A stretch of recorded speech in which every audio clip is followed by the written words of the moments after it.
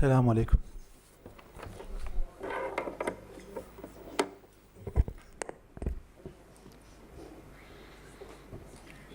Estaizu billahi semil alim mineşşeytanirracim. Bismillahirrahmanirrahim.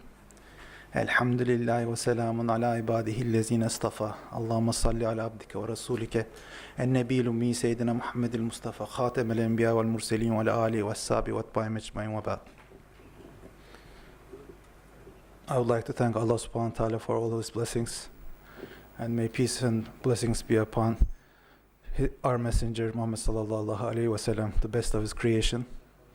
I would also like to thank the Islamic University of Malaysia and Kalam Research and Media, and also the Malaysian people for their graceful hospitality and for this conference. Yeah. Before I read my paper, I want to very briefly, with your permission, talk about two issues that were mentioned repeatedly in the conference, which is the big question of what is Kalam and what should its role be, and the other one is this usage of non-Islamic concepts and models in our discussions. So as regards the first, there were two basic alternatives. One is what the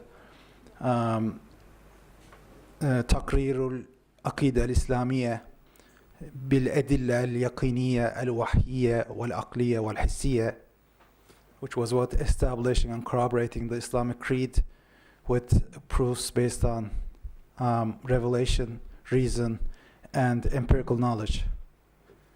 And the other one was a more broad, general approach of studying all of reality under one science. Now, I have to be completely honest in this. That's just not going to work. And that's why I think we saw the disintegration of Kalam as a united discipline. And also disintegration of philosophy in the West. In the sense that philosophy in the beginning included math and physics and everything else, but you can't study all of reality under one science. And so I think we need to be more specific and more focused. Not that every knowledge is useful and beneficial, inshallah, but that means we cannot study all of reality under one platform from a pragmatic perspective. So that's why I prefer the first definition, that Kalam should be establishing and corroborating the Islamic creed with proofs from revelation, reason, and empirical knowledge. So the key word there is what? That it should be an ilm, and it should be based on yaqeen. Right? Ilm means what? Knowledge, but not any knowledge. Right? Because there is probability, as you know, there is jahil, there is wahm, there is shak, there is what? Dhan, and there is yaqeen. Right? There is ignorance, there is speculation, there is doubt, there is probability, and there is certain knowledge. And what we seek in our creed is what? Certain knowledge. Not that other types of knowledge or other types of thinking are not useful, but this is what we focus on. And this is what our deen has to be based on. And so, with that said, and I mean this is a constructive criticism, not as a destructive criticism, in the last couple of days, I felt like I've been taking a safari in a swamp of speculation. Meaning, you cannot possibly study quantum physics and social anthropology and psychology and neuroscience seriously in one platform. And you can present papers, but you can't have quality control. To have quality control, we need experts in those particular fields, deliberating, discussing those issues, right? But those are all very specialized fields. Otherwise, we cannot have quality control. We cannot have constructive criticism, so on and so forth. So I think that This is what the Kalam should focus on. And this is not to say that we should destroy bridges, but it's rather to say what? That Kalam shouldn't be a rubber stamp for every other science in the world. Kalam all should be the study of Usuluddin, and any Muslim endeavor must be firmly based upon the Usuluddin, but Kalam cannot study everything at once from a practical point of view. Right. And as regards the issue mentioned by, I think my comments were misunderstood regarding borrowing from non-Islamic civilizations, borrowing non-Islamic concepts. So I think there are three approaches here, two extreme approaches and the middle path. The extreme approaches is to reject everything or to accept everything. And there's the Islamic approach, which is the middle path, meaning if you can show us it's valuable, it's beneficial, then we'll accept it. But we shouldn't take anything just for the sake of taking. We shouldn't imitate anyone just for the sake of imitation. If you can show that knowledge from another civilization is indeed useful, let's take it by all means. Al-hikmetu da'alatul muslim, right? But it shouldn't be that certain concept is just fashionable in some field, so let's just take it and rubber stamp it with kalam. That has no depth to it, there is no benefit to it. Right? The Prophet ﷺ in the Battle of the Ditch used the technology of ditch, which was a Persian technology, right? Because there's a benefit for Muslims, right? If we look at Imam Ghazali and what he did, right? What was happening at this time? There were again two extremes, and he was the middle path. One extreme said what? Let's reject logic. Let's not, studying logic is impermissible. There was another approach of the Neoplatonic philosophers, which was what? To take both logic and Neoplatonic philosophy and rubber stamp it with Islam. And there was the middle path, which is what? Logic is something beneficial. It's good, it's useful, like math. So let's use it. But Neoplatonic metaphysics, it's unnecessary, we don't need it. So, plus it's contrary to Islam, so we abandon it. So that's what I was trying to say. I'm not saying let's reject any knowledge from a different civilization. I'm just saying let's take only things that are concretely beneficial. Okay, so I'll go back to my paper, inshallah. All right. The topic of my paper, the concept of the inherently good and bad in the Hanafi Maturidi school and its implications for the hereafter. The Hanafi Maturidi school perceives the good and bad and their relation to reason and revelation in a way that is different than the better known positions of the Ash'ari school and the Mu'tazili sect. The Hanafi Maturidi jurisprudence analyzed the issue in the section on the imperative in works of Islamic jurisprudence. One of the most extensive discussions of the issue is in Sadr al-Shari'as at-Tawdih, together with Taftazani's gloss at-Talwih, on which the following is largely based. The key question is whether a command in revelation necessitates and determines that what is commanded is good, or requires and indicates it. Here, indicator, delil, refers to something the knowledge of which necessitates knowledge of something else, such as smoke indicating fire. If the divine command requires and indicates rather than determines that what is commanded is good, this means that it does not cause something to be inherently good, just as the smoke does not cause fire. Before we discuss the Ash'ari, Mu'tazili, and Maturidi positions, we must first identify what is meant by the concepts of good and bad. Jurisprudence observed that the good and bad, in Arabic al-husn wal-qubuh, literally the beautiful and the ugly, are used in three meanings. The first consists of that which is in accordance with one's nature or repugnant to it, such as happiness and sadness. The second consists of the attributes of accomplishment or deficiency, such as knowledge and ignorance. The third consists of those attributes which are praiseworthy or blameworthy, such as obedience to Allah and disobedience. According to the Hanafi jurisprudence, there is agreement among all Muslim theologians that the good and the bad in the first two senses can be determined by reason. Since one can say without revelation, for example, that those things which a sound nature lacks are good, or that knowledge is better than ignorance. The debate concerns good and bad in the third sense of being praiseworthy or blameworthy in this world and deserving reward and punishment in the hereafter. The Ash'aris believe that the divine command and not reason determines what is good. Whatever revelation commands is good, and whatever it prohibits is bad, independent of reason. Hence, to know what is good or bad, one needs to be aware of revelation. Reason is only a tool for understanding revelation. An action becomes good because Allah commands it, not that Allah commands it because it is good. According to the Mu'tazila, reason determines what is good and bad. This is because of their distinctive creed that doing what is best for his slaves is obligatory upon God. Since it is reason that determines that doing the best is an obligation upon God, and God decides whether actions are good or bad, according to this obligation, it is reason that determines the good and the bad, and revelation plays no role in this.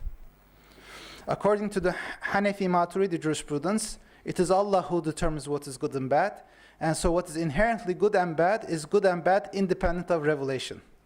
Allah determines the good and bad, and He has created in humans the faculty of reason by which one can understand that some actions are inherently good or bad.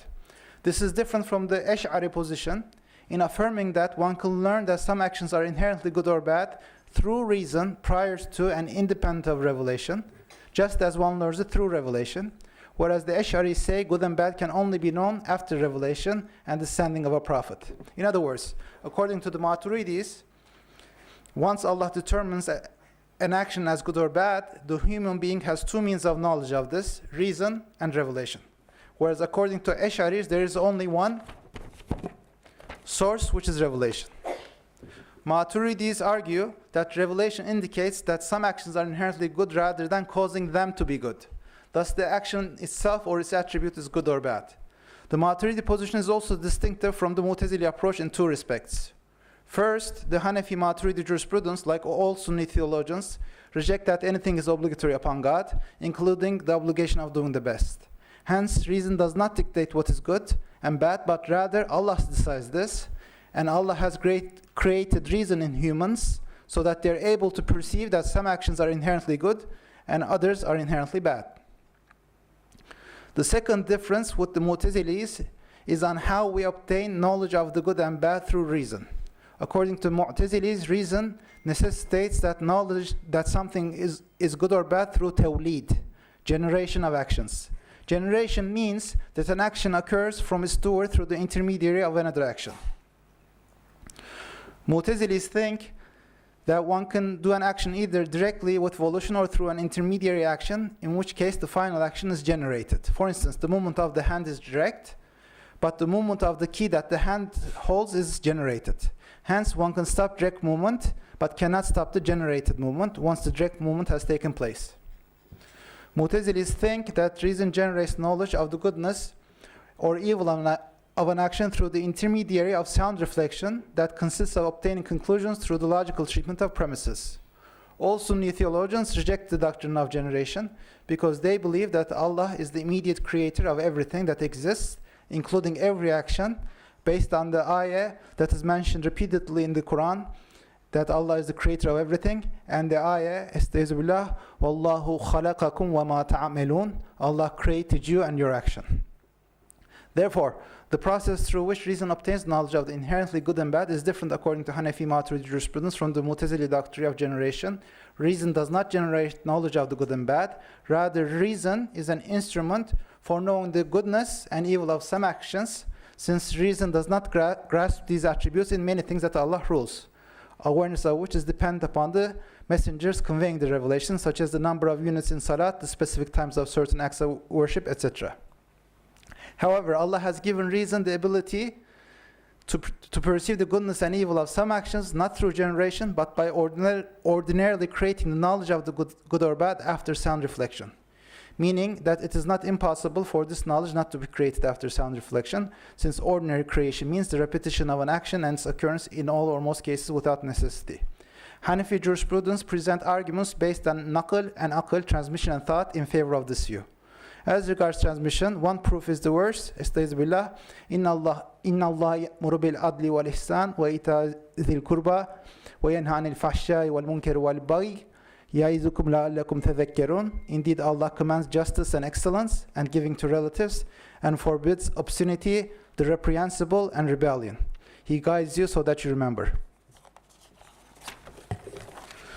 Sadr al-Sharia observes in at-Tawdih that this requires that the action is just and good before the command, and it was commanded only because it was good. However, since the goodness of the action may be unclear to some, Allah makes this manifest by the command in revelation. Other ayat also indicate the same concept. Estaizu billah. وَإِذَا فَعَلُوا فَاحِشَةً قَالُوا وَجَدْنَا عَلَيْهِ آبَاءَنَا وَاللَّهُ أَمَرَنَا بِهَا قُلْ إِنَّ اللَّهَ لَا يَأْمُرُ بِالْفَحْشَاءِ أَتَقُولُونَ عَلَى اللَّهِ مَا لَا تَعْلَمُونَ قُلْ أَمَرَ رَبِّي بِالْقِسْطِ. If they do something obscene, they say, we found our forefathers doing it and Allah commanded it to us. Say, indeed Allah does not command obscenity. Do you say upon Allah that which you do not know? Say, my Lord commands what is just. The obscene action the revelation is referring to is doing tawaf of the Kaaba naked, something polytheists defended as the custom of their forefathers, and even ascribed this to Allah's command. Anyone who is reasonable can perceive that this action is obscene. The action is obscene in itself. It did not become obscene because of revelation, as Ash'aris would claim, but rather it was obscene to begin with, and revelation prohibited it because it was obscene. Likewise, Allah commands doing the inherently good because it is just, not that was a neutral action that became just by Allah's command. As for arguments based on reason, the Hanafi Maturidi jurisprudence considers the obligation of believing in the message of the prophets. If believing in the prophet of a prophet is an obligation based upon revelation, this leads to the logical fallacy of a circular argument. Meaning, you believe the prophet because of revelation, and you believe the revelation because of the prophet. In more detail, when a prophet commands an action, such as an act of worship, after claiming to be a prophet and demonstrating the truth of his claim through a miracle, if it is not obligatory for the hearer of the command to obey the command, then there is no benefit in sending a prophet. If it is necessary to follow the prophet's command, then this must be either because of a reason, which is what is apparent, or due to revelation. If it is based on a previous revelation, then we ask the same question of the prior revelation. If this is also based on a prior revelation, this would lead to infinite regrets, and if it's based on a later revelation, it would lead to a circular argument. By this disjunctive syllogism, Sadr Sharia proves that believing a prophet who demonstrates the truth of his claim of prophethood through a miracle is an obligation originally based on reason, not revelation. Since it is an obligation based on reason, it will be good based on reason. Since an obligation based on reason is something, the doing of which is praiseworthy, and the rejection of which is blameworthy. Right. As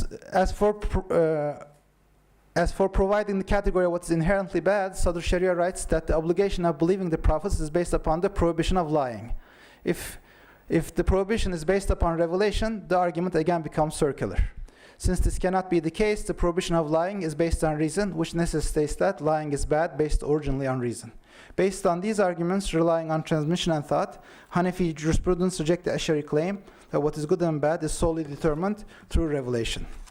As for the Mu'tazili claim that reason determines what is good or bad, rather than being an instrument for understanding these qualities that are determined by Allah, we saw this claim was based on the doctrine that doing what is best for his slaves is obligatory upon Allah. All Sunni theologians reject this doctrine, and one of the most concise and convincing rejections is that of Taftazani in Sharh al-Aqaid.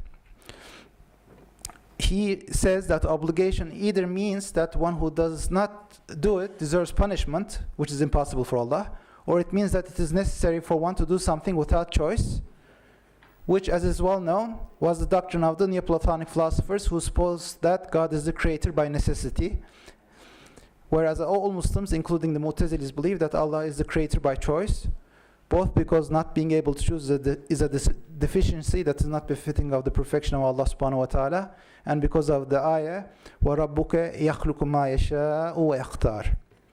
Your Lord creates what He wills and chooses. Thus, through the logical argument form called reductio ad absurdum, in Arabic, butlan al-malzum bi butlan al-lazim, Taftazani rejects the Mu'tazili claim that doing what is best is an obligation upon Allah. After arguing that both the Ash'ari and Mu'tazili positions lead to contradictions, and that transmission and thought corroborates the Hanafi Maturidi position, Hanafi Maturidi jurisprudence begin classifying actions according to their good and bad attributes. According to this classification, the good is of three types. The first is that which is good in itself, which means the mind comprehends its goodness without recourse to something else, something outside it. Right. This first category is subdivided into two, those obligations that never fall and those that might fall at times. The latter is subdivided into two as well, those in which the obligation falls actually but not in its attribute of goodness, and those in which the obligation may fall in actuality along with the attribute of being good. The example of the first is believing in Allah, the obligation of which never falls, since if it did, it would be disbelief and the ungratefulness to our Creator.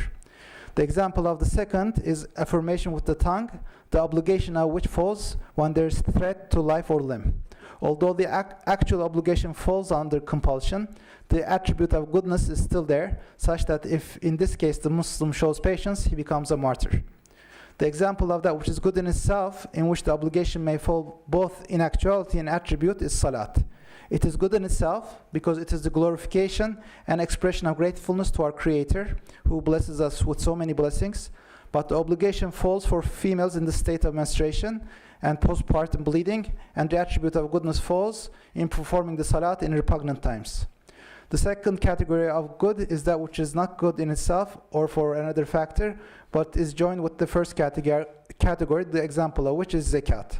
In itself, it is just giving away one's wealth, but becomes good because of an external factor, which is helping the need of the poor.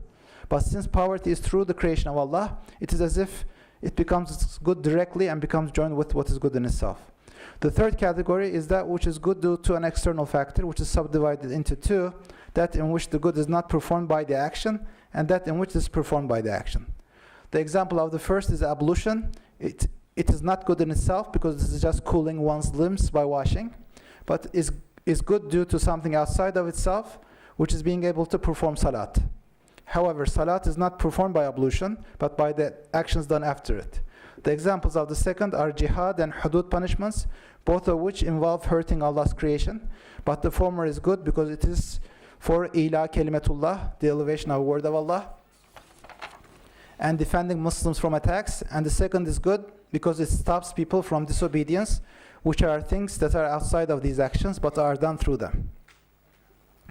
The classification of actions into good and bad in of themselves, meaning by reason or due to revelation, has a number of legal, creedal, and eschatological consequences, all of which cannot be discussed in this forum.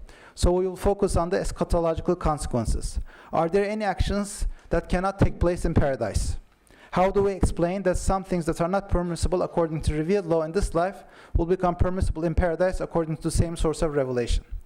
The Maturidi classification of actions into good and bad by reason and revelation provides consistent and cogent answers to these questions. The Hanafi jurisprudence maintain that those actions that are bad in themselves cannot possibly exist in paradise, such as disbelief, ungratefulness, arrogance, evil doing, such as killing, stealing, lying, etc. However, those things whose prohibition is not based on reason but on transmission can exist in paradise. This answers the question of how things that are prohibited for all people, such as drinking wine, and those things that are prohibited for Muslim males alone, such as wearing gold, silver, and silk, are among the blessings of Jannah. Finally, we should note that the Hanafi Maturidi position on the inherently good and bad may be beneficial in dialogues with non-Muslims on morality. If one starts from the Ash'ari premise that revelation alone determines what is good and bad, this seems to end any possibility of a dialogue on morality with anyone who rejects revelation. However, if we accept that every impartial human being has the capacity to understand through reason that some actions are inherently good and others are inherently bad, this leaves the door open for a common moral language with non-Muslims that may lead them to understand the wisdom of revelation through reason. Thank you.